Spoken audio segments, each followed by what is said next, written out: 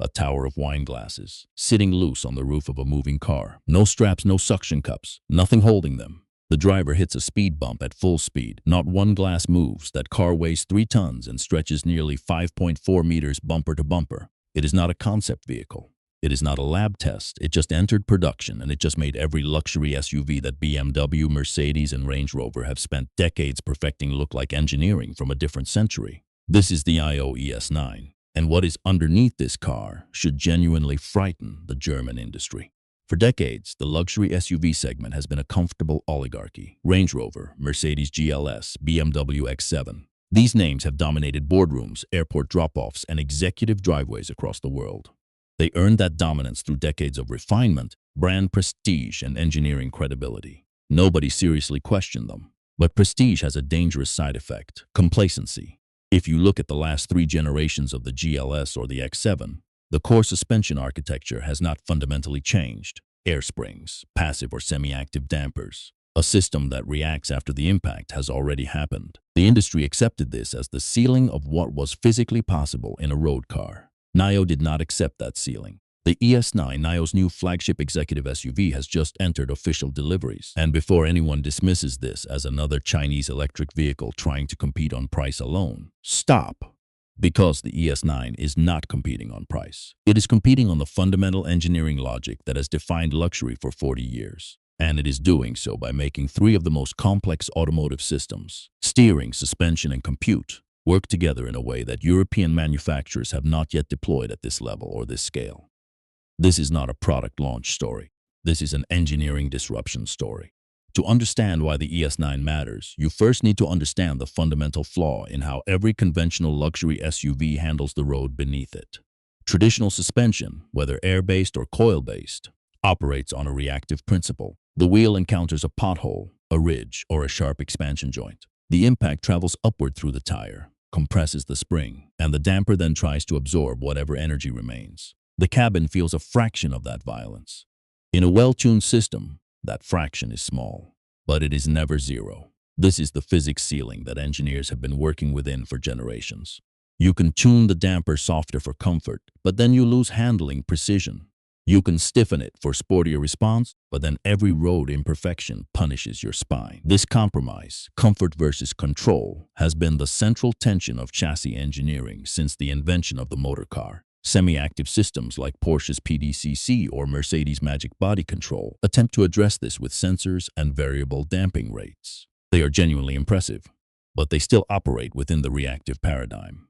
The wheel hits the surface first. The sensor detects the event. The system responds. That sequence, impact, detection, response, happens in milliseconds, but it still happens in that order. And here is the consequence nobody talks about openly. After 3 or 4 hours of motorway driving in a reactive suspension vehicle, you feel it, not as dramatic pain, as a slow accumulation of microshocks that tighten your shoulders, dull your focus, and leave you more fatigued than the distance alone should justify. For a vehicle marketed as an executive sanctuary, that is a quiet but serious engineering failure. The industry called this acceptable.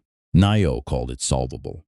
Steer-by-wire. The NIO ES9 features true steer-by-wire, meaning there is no physical mechanical column connecting the steering wheel to the front axle. None. The connection is entirely digital. High-precision sensors read the driver's input at the wheel. Software interprets that input. Electric actuators execute the command at the wheels. The entire process happens faster than any mechanical linkage could transmit force. And crucially, it works in both directions selectively.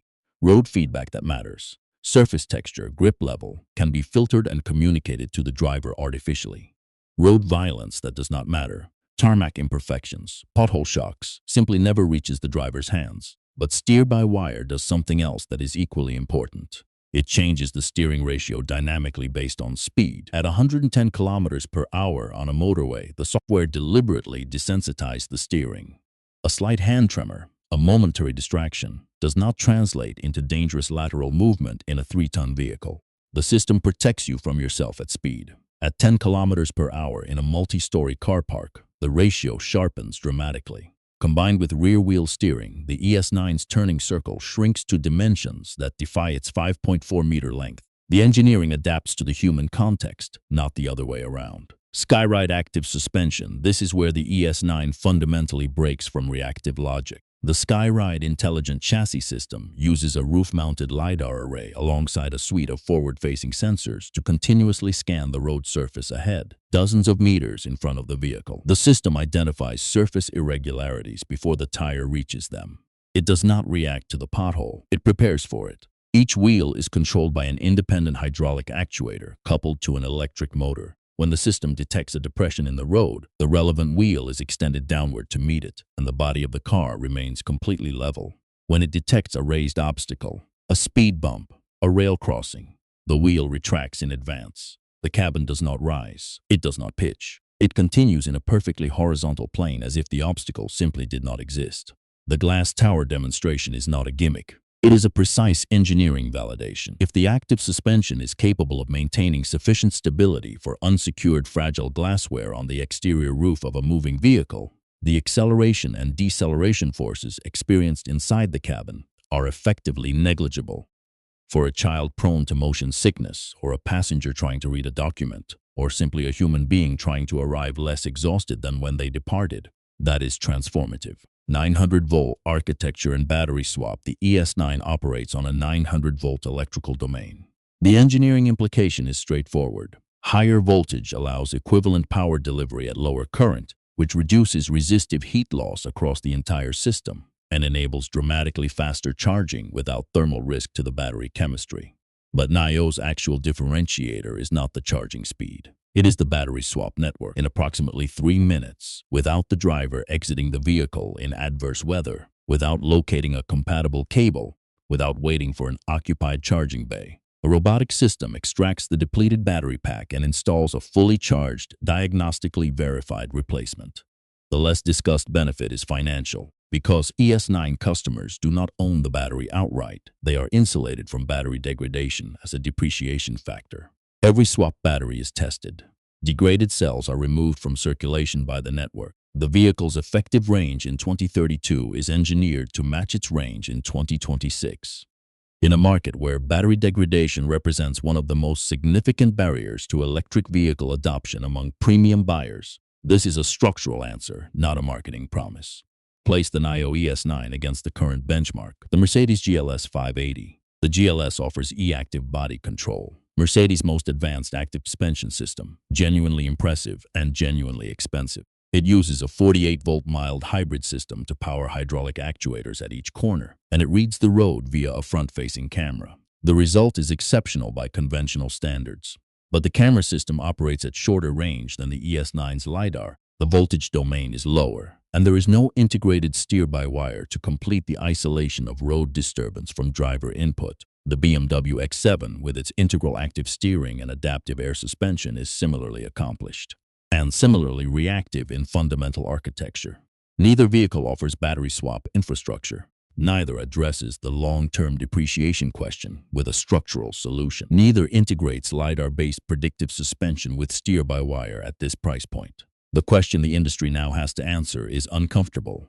If a Chinese manufacturer can deploy LiDAR predictive active suspension, steer-by-wire, 900-volt architecture, and a battery swap network simultaneously in a single production vehicle, what has the European industry been optimizing for?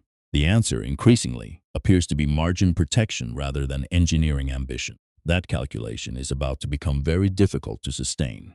The NIO ES9 is not the best-looking vehicle in its segment.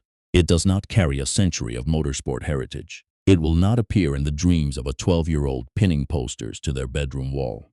What it does is something more consequential. It takes the three most complex systems in a luxury vehicle, steering, suspension, energy, and integrates them around a single engineering philosophy. The road should be invisible to the people inside the car. If that philosophy spreads, and engineering logic suggests it will, the definition of automotive luxury will never be the same again.